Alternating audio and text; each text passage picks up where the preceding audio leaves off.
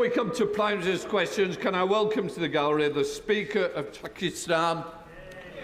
And we now come to questions. Adrian Ramsey. Question number 1, Mr. Speaker. Deputy Prime Minister. Thank you, Mr. Speaker. I have been asked to reply. My right honourable friend, the Prime Minister, has been attending the G7 summit in Canada. In an era of global instability, we are working with our partners to urge de-escalation in the Middle East, put pressure on Russia to agree to a ceasefire and deliver security renewal for the British people. Mr. Speaker, the Air India plane crash last week was devastating. Our thoughts and condolences are with everyone affected by this awful incident, and we're working closely with the Indian authorities to support those in need. And Mr. Speaker, 9 years ago we lost our beloved friend and colleague Jo Cox, who is a beacon of positivity and courage, and her legacy lives on. And I must also take this opportunity to also remember Sir David Amos, much missed by the whole of the House. Mr. Speaker, this Sunday marks Windrush Day.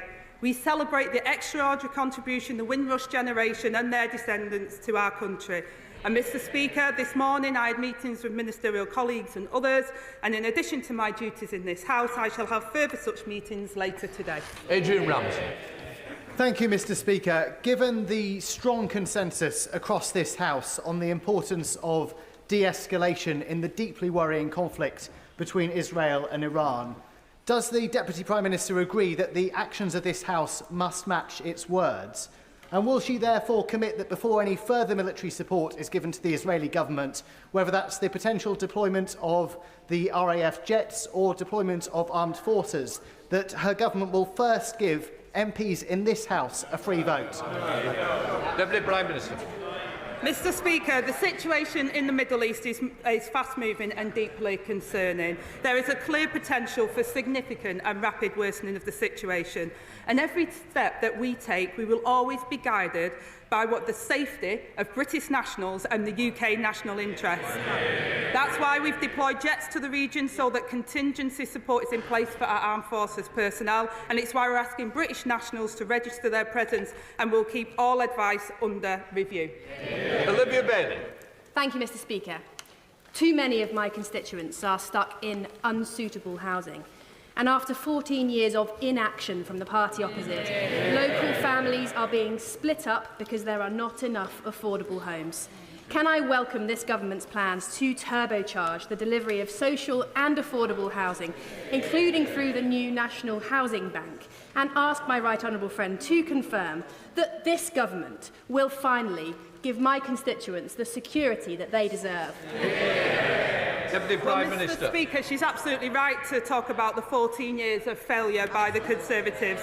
Labour's turning the tide on the housing crisis, and I'm proud to announce today our commitment to establish a new publicly owned National Housing Bank backed by £16 billion of new finance. This includes £2.5 billion, Mr. Speaker, in low-interest loans for social housing to help achieve the biggest uplift to social and affordable housing in a generation. Shadow Home Secretary Chris Phil. Thank you, Mr. Speaker. I associate myself with the Deputy Prime Minister's remarks about the tragic air crash in India and, of course, what she said about our dear colleagues Jo Cox and Sir David Amos. I also join her in calling for de-escalation between Israel and Iran, while noting everything possible must be done to stop Iran getting a nuclear weapon. Yesterday, the Leader of the Opposition and I met with survivors and family members of the rape gang scandal. Fiona, Teresa, Lucia and Marlon. They told us how authorities deliberately covered up the systematic rape of young girls and some boys by gangs of predominantly Pakistani heritage men. They covered it up because they cared more about so-called community relations than about protecting vulnerable girls. That is disgusting. The survivors told us they will only have confidence in an inquiry if it is independently led, has full statutory powers, covers all 50 towns affected, including Bradford, if those who covered this up are prosecuted, if foreign perpetrators are all deported, if survivors are closely involved, and if it is set up before the summer recess. Can the Deputy Prime Minister give the survivors and their families those assurances? Deputy Prime Minister. Well, Mr Speaker, first of all, can I thank him for his tone and putting the survivors and victims at the heart of his question here today. I think it's absolutely right that we all look at what's happened over the last couple of decades, the countless reports that we've had, and we look to implement that. He's absolutely right to also talk about the confidence people must have in that independent inquiry. And the member, my friend, the Shadow Home Secretary, spoke about that earlier this week in regards to Baroness Casey's report. So we will take that forward at speed, Mr Speaker. It will be independent, it will have statutory powers, and we will implement the J report, which was he will have known about as the Shadow Minister in the Minister in charge at the time, and we'll get on with taking the action. I hope members of his party will take his tone in making sure the whole House put the victims first and we all work together to get to the bottom of it. Well, I thank the Deputy Prime Minister for her answer. It is vital that scandals like this are never again covered up because of the racial background of perpetrators. And Baroness Casey's report said people who downplay the ethnic dimension are letting victims down, to use her words. So I do have to raise the language the Prime Minister used in January when he, I'm afraid to say, smeared campaigners as jumping on, quotes, a far-right bandwagon simply for calling for the very inquiry he has now been forced to set up. Standing up for rape victims is not far-right. So will the Deputy Prime Minister apologise for what the Prime Minister said? Deputy Prime Minister. Well, I say, Mr Speaker, that the Prime Minister did not just raise issues but acted on them. He brought the first prosecutions against grooming gangs, called for action to address ethnicity issues in 2012. And the honourable member will know that the data that the previous government collected was inaccurate and not complete. And Casey recognised this, and it's one of the recommendations that we will be taking forward. The Prime Minister made those comments specifically about Tory ministers who sat for years in the government and did absolutely nothing about this scandal. Smearing campaigners, standing up for rape victims as far right is completely unacceptable, and the Prime Minister should never have said that. And I commend his predecessor, the member for Richmond, for the grooming gangs task force he set up, which led to 550 arrests in its first year. Now, Baroness Casey's report also said that a significant number of rape gang perpetrators were non-UK nationals or were asylum seekers, many of whom entered the country illegally. And we know, of course, that most illegal immigrants crossing the Channel are young men, contrary to what the Chief Secretary said last week. So does the Deputy Prime Minister now accept that the small boats crisis is a crisis of public safety as well as a border crisis? Deputy Prime Minister. Well, Mr Speaker, this is a very serious issue and more needs to be done. And let me update the House. Working with our allies, we've carried out a series of major arrests to tackle smuggling gangs behind this vile trade. In the past month, a ringleader that smuggled almost 4,000 migrants has been jailed for 25 years. We could go further thanks to the law enforcement agreements we struck with Germany, Italy, Serbia and the Balkan states. In stark contrast to the honourable gentleman, he was the man at the heart of the Home Office when immigration soared. We lost control of our borders and spent £700 million of taxpayers' money on persuading just 4 volunteers to be removed from Rwanda. I take no lectures. If she wants to find out who's lost control of our borders, I suggest she looks to her immediate right. Because ever since the Home Secretary scrapped the Rwanda deterrent before it even started, illegal immigration across the Channel has gone up by over 30%. And so far this year, 2025 has been the worst year in history for illegal immigrants crossing the Channel. That is on her watch. That is down to her government. The Prime Minister is now planning crisis talks with President Macron, finally admitting, in his own words, that the situation is deteriorating. The government's laughable plan to smash the gangs lies in tatters. So will she now at last accept we need a removals deterrent so every single illegal immigrant arriving on these shores is immediately removed? Will she commit to that, yes or no? Prime Well, Mr Speaker, if they want to argue that 40,000 arrivals since July 24 are down to the scrapping of the Rwanda scheme, they need to explain why there were more than 43,000 arrivals in the same period starting in July 22 when the Rwanda agreement was in place. It's absolute rubbish, Mr Speaker. They lost control of our borders. We're getting control of our borders. He needs to apologise. I don't see how she has the brass neck to claim she's got it under control. When the numbers crossing the channel this year are the highest in history. She asked about the Rwanda deterrent. I'll repeat, she obviously wasn't listening to what I said earlier. The Rwanda scheme never started. And indeed illegal immigrants in Calais said they were... Order!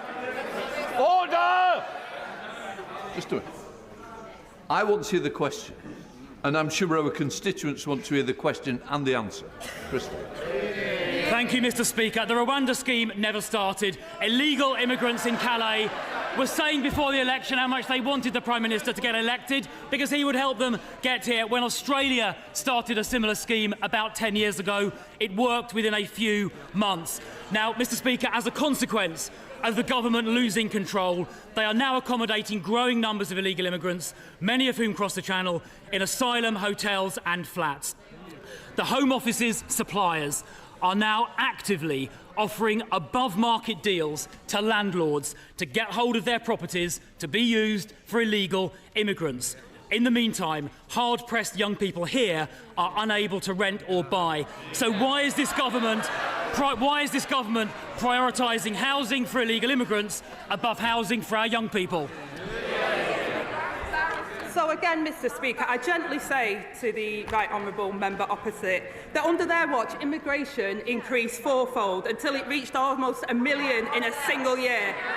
They also created the backlog, 400 hotels, which we've reduced to just over 200 hotels in the first 12 months of us being in government, Mr Speaker. £1 million a day spiffed up the wall because they were so incompetent. We're building the homes that they failed to deliver over 14 years of consecutive failure by their government. They should apologise while we get on with the job of rebuilding Britain. Goodness me, she's got a cheek. Housing starts in Q4 last year went down.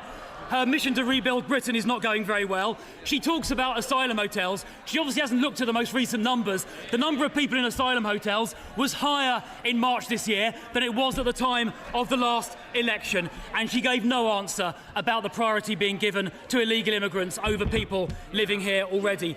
Now, Mr Speaker, a Zimbabwean paedophile due for deportation was recently allowed to stay in the UK because a court found he might face, quote, some hostility back in Zimbabwe, apparently breaching his Article 3 rights. What about the rights of children here to be protected from this dangerous paedophile? Who's looking out for their rights? Not the government. There are thousands of cases like this involving foreign criminals. So there is a solution.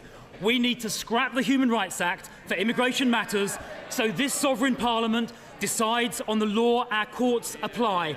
But her party voted against that. So I have a simple question. Why did the government side with foreign criminals and not the British public? Deputy Prime Minister. Well, again, Mr Speaker, they had 14 years of failure on these issues. We've also included 4,500 foreign national offenders that have been deported since we came into office, Mr Speaker, more than they did in the same period. I take no lectures from the Johnny-come-lately who couldn't do anything when he was in office. And Elise Midgley. Mr Speaker, last Saturday marked 8 years since Grenfell. 8 years fighting for justice. The Hillsborough families, including Margaret Aspinall from Huyton, have campaigned for 36 years for the Hillsborough law. Decades. So can the Deputy Prime Minister tell me today, will this Labour government bring forward the Hillsborough law without delay? Will it honour the promises made to victims of state cover-ups? And will it finally deliver justice for the 97? Deputy Prime Minister. Thank you, Mr Speaker, and I thank my honourable friend for her question and for the work with campaigners like Margaret in their fight for justice and for mentioning Grenfell, which of course with the 8th anniversary was not so long ago. We remain fully committed to bringing in a Hillsborough law. The state has failed victims and their families too many times in the past, and that is precisely why our focus is now on getting the legislation right. I can assure her that measures will be brought forward as soon as we're confident that they will deliver, Mr Speaker, the justice victims deserve, and we want to do this at pace. Daisy Cooper, Deputy Leader of the Liberal Democrats. Thank you, Mr Speaker. On behalf of my party, may I associate myself with the Deputy Prime Minister's remarks about the Air India crash. And in a week when we remember the murder of Joe Cox and David Amos, our party's thoughts are with their friends and families and all those in this House who lost their beloved friends. We also remember those who died in Grenfell tragedy. Mr Speaker, in 2003, we Liberal Democrats were incredibly proud to lead the campaign against the Iraq War. A war in which the UK blindly followed the US in a move which was not backed by the United Nations. In light of reports that President Trump is seriously considering joining the war between Israel and Iran, launching a US strike against Iran's nuclear facilities, can the Deputy Prime Minister confirm that if President Trump does do this, that today's Labour government will not blindly follow the US into war again? Deputy Prime Minister. Well, Mr Speaker, the one thing I will say is we agree with President Trump that Iran must never have nuclear weapons. But we've been consistent in urging Iran to engage in the diplomatic process and work with the United States, and we continue to support that diplomatic approach. Daisy Cooper. Thank you, Mr Speaker. I'm grateful to the Deputy Prime Minister and we support those efforts. Today, the Government is set to unveil its plans to cut personal independence payments and carers allowance, a prospect which one of my constituents described as terrifying. Liberal Democrat analysis of the Government's own data suggests that 1.3 million disabled people are at risk of losing some support. So can the Deputy Prime Minister honestly say, hand on heart, that this is the change that 1 million disabled people and their carers were promised? Well, Mr Speaker, Labour is the party of work and also the party of fairness and social justice.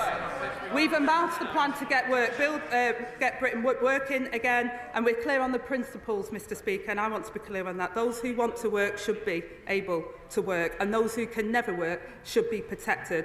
The current system we've inherited doesn't support those that need that support, and also doesn't allow and enable those to get opportunities for employment. I have personal experience of it. I know what the Honourable Lady is saying. I know how some people are fearful of the changes, but this Labour government put its values into place and will ensure that people are supported into it where they can, and where they can't, they are supported. We are the party of the welfare state, Mr Speaker. We set it up back after the Second World War, and we believe it should be there for people who need it, but we should also help people into work. Sarah Champion. Thank you, Mr Deputy Speaker. Mr Deputy Speaker, I welcome the... Yeah? Mr Speaker.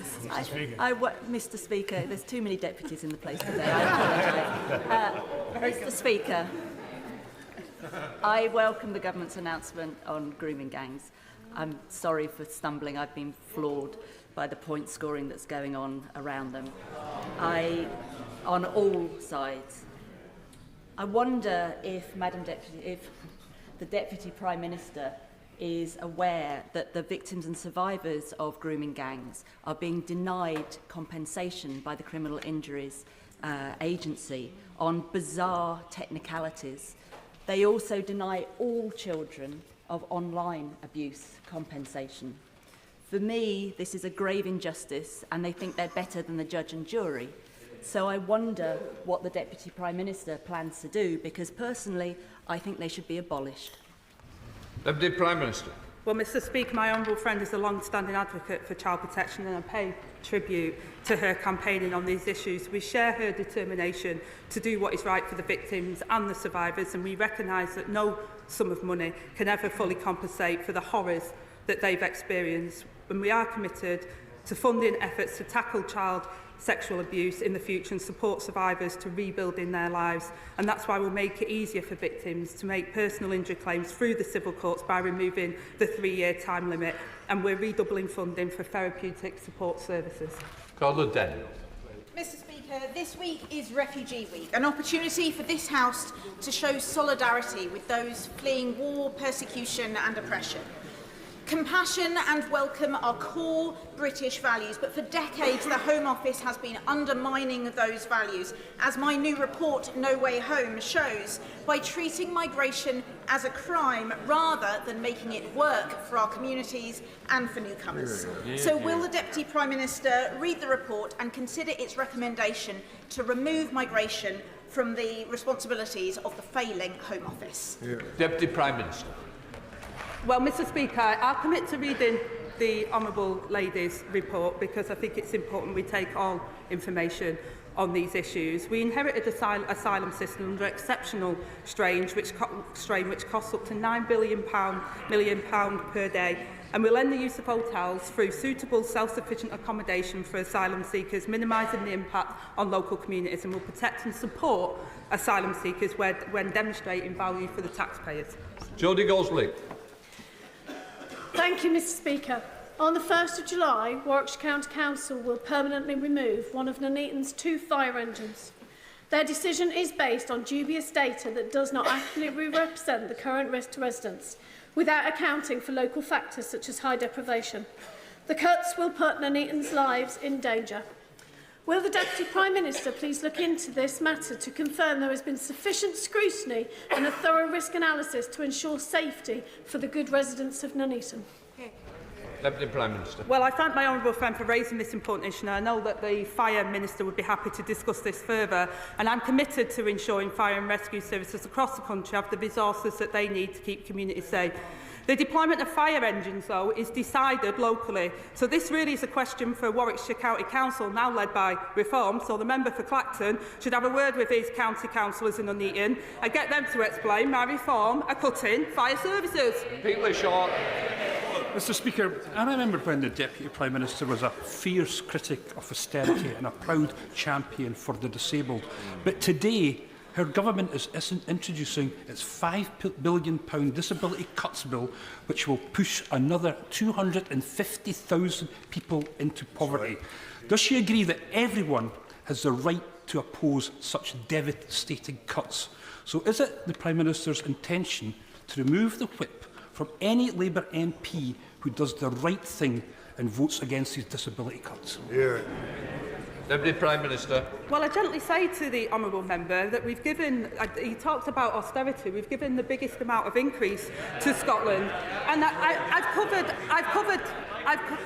covered this point in an earlier question, Mr. Speaker. We're absolutely committed to ending child poverty. We've already introduced free school meals. We're already supporting families. We've given a living wage rise to over millions of workers that need it. We're getting on the job, Mr. Speaker, of rebuilding Britain. He's had decades of failure under Scotland. They deserve better. Jonathan Davis. Thank you, Mr. Speaker.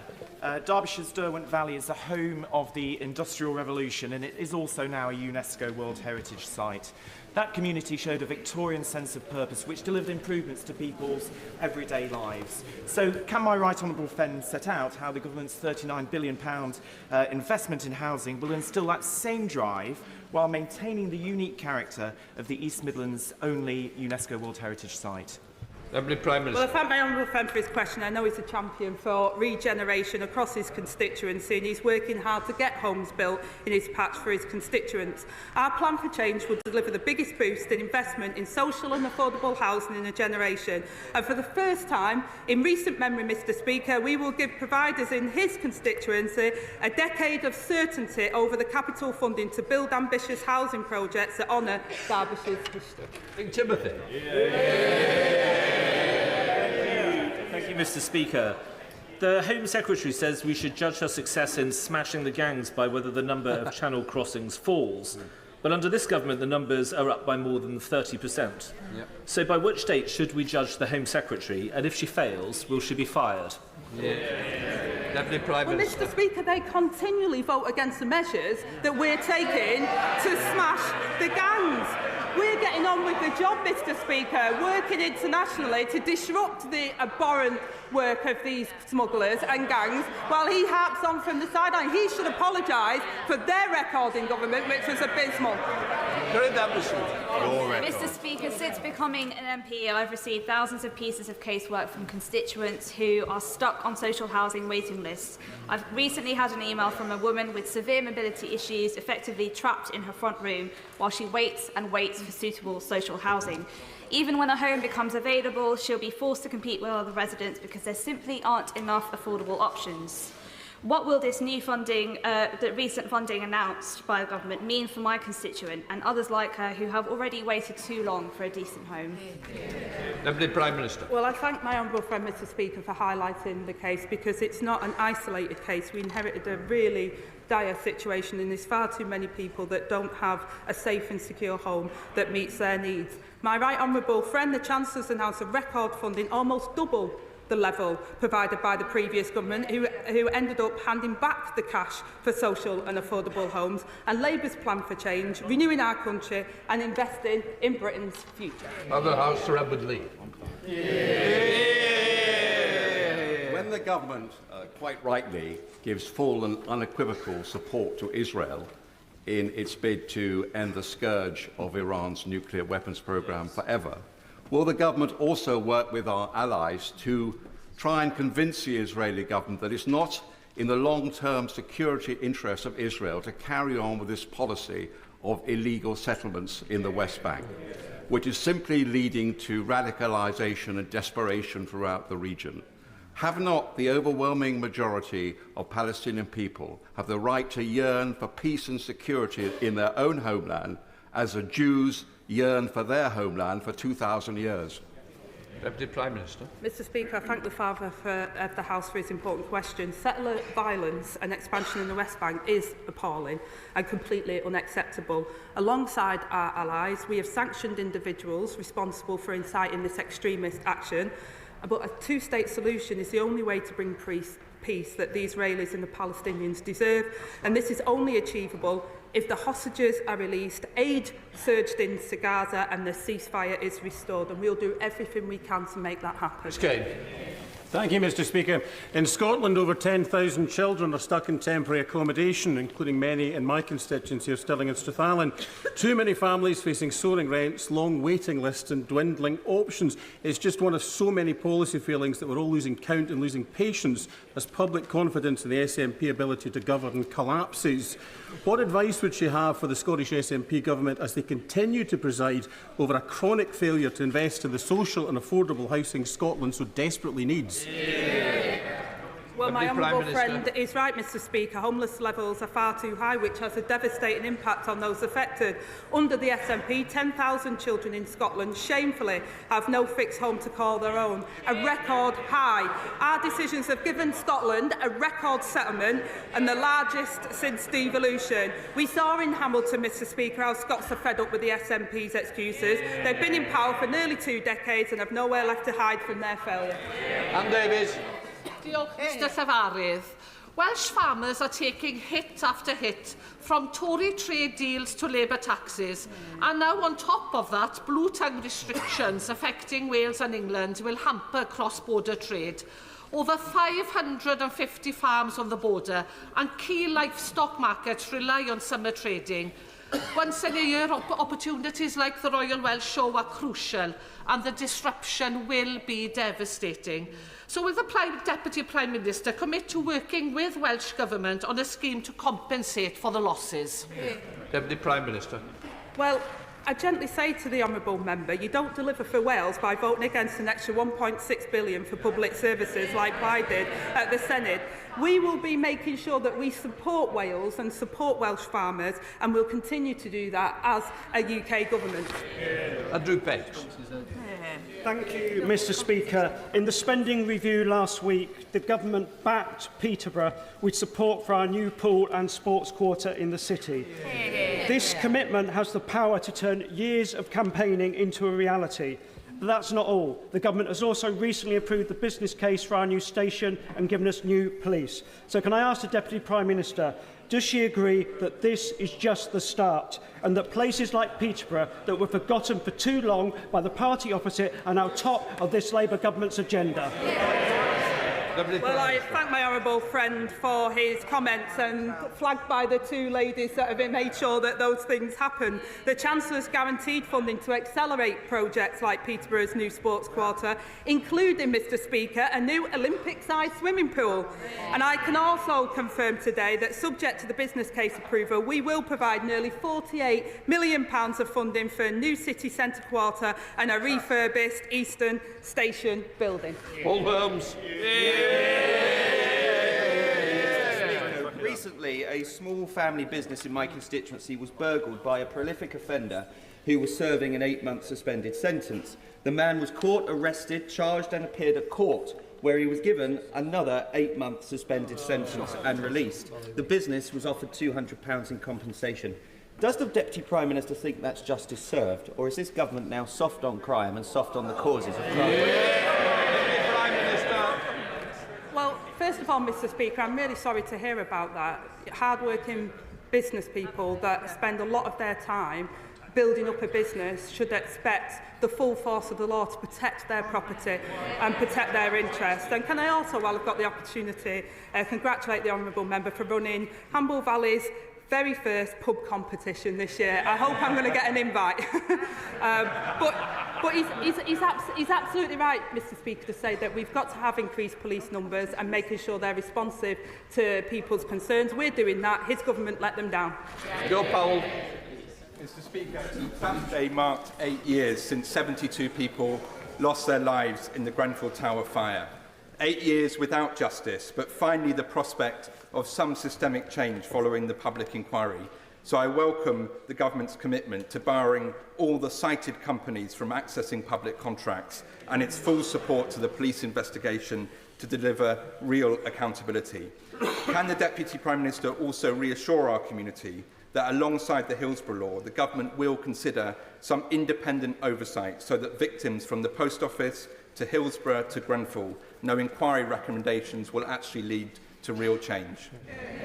Deputy Prime Minister. I thank my honourable friend. The Grenfell fire was a national tragedy and we must never forget the 72 lives that were lost, and it was an honour to pay my respects at the 8th anniversary at the weekend.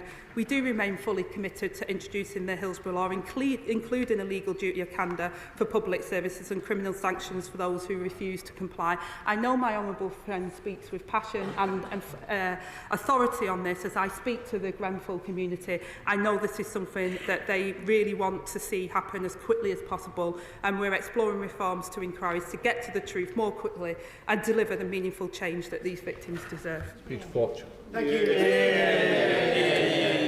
Bishop Challoner School has been helping to educate Bromley pupils for nearly 75 years. But it will close its doors in July due to Labour's decision to impose VAT on independent schools. Given the Deputy Prime Minister's well-publicised views on independent schools, does she welcome this closure, or would she like to apologise to the parents, pupils and staff? Deputy Prime Minister. Well, Mr Speaker, I've said for a long time that the taxpayers of this country shouldn't be subsidising tax breaks for private schools. I welcome all schools that give children a great education, but I'm also determined to ensure we've got qualified teachers in every classroom for every child, something their government failed to do. Alan Johnson. Thank you, Mr Speaker. As a trained physics teacher and a former engineering lecturer, can I ask the Deputy Prime Minister what this government is doing to help people improve their maths skills after they have left school? I came across an awful case the other day. A 61-year-old man who believed he'd counted up 7 billion of government spending when there was really only 27 million. What can we do for people like the leader of Reform UK, who evidently can't add up? Deputy Prime Minister. Mr Speaker, my honourable friend highlights an important fact. Reform sums simply don't add up. He'll be pleased to know that we're investing £136 million for skills boot camps, and I will be sure to send the details to the honourable member for Clapton. That completes Deputy Prime Minister's questions. We'll let the front bench change over.